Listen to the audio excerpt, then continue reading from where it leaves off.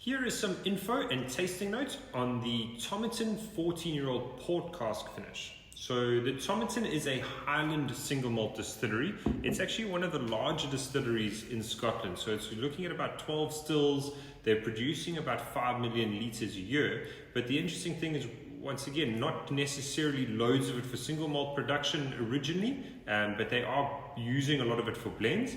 But they've got a fantastic range of single malts that they have started releasing, and this one in particular I'm quite fond of. So this is what they call their Port Cask finish. It's a 14-year-old, which means it's spent 13 years sitting in American oak casks, so ex-bourbon casks, before being transferred into port pipes is what it's known as. It's a pipe instead of a barrel or cask.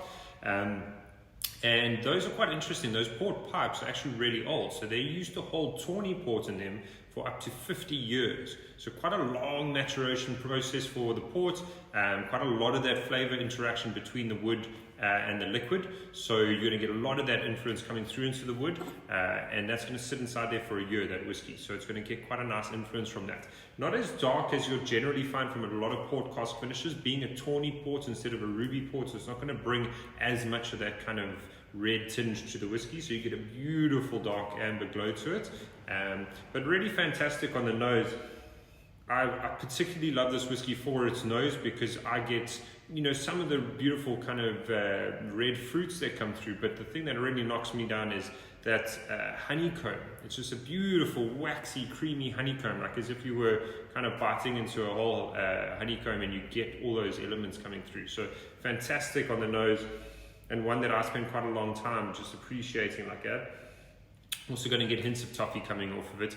On the palate, once again, you're going to get a beautiful fruitiness that comes through, a little bit of nuttiness at the same time.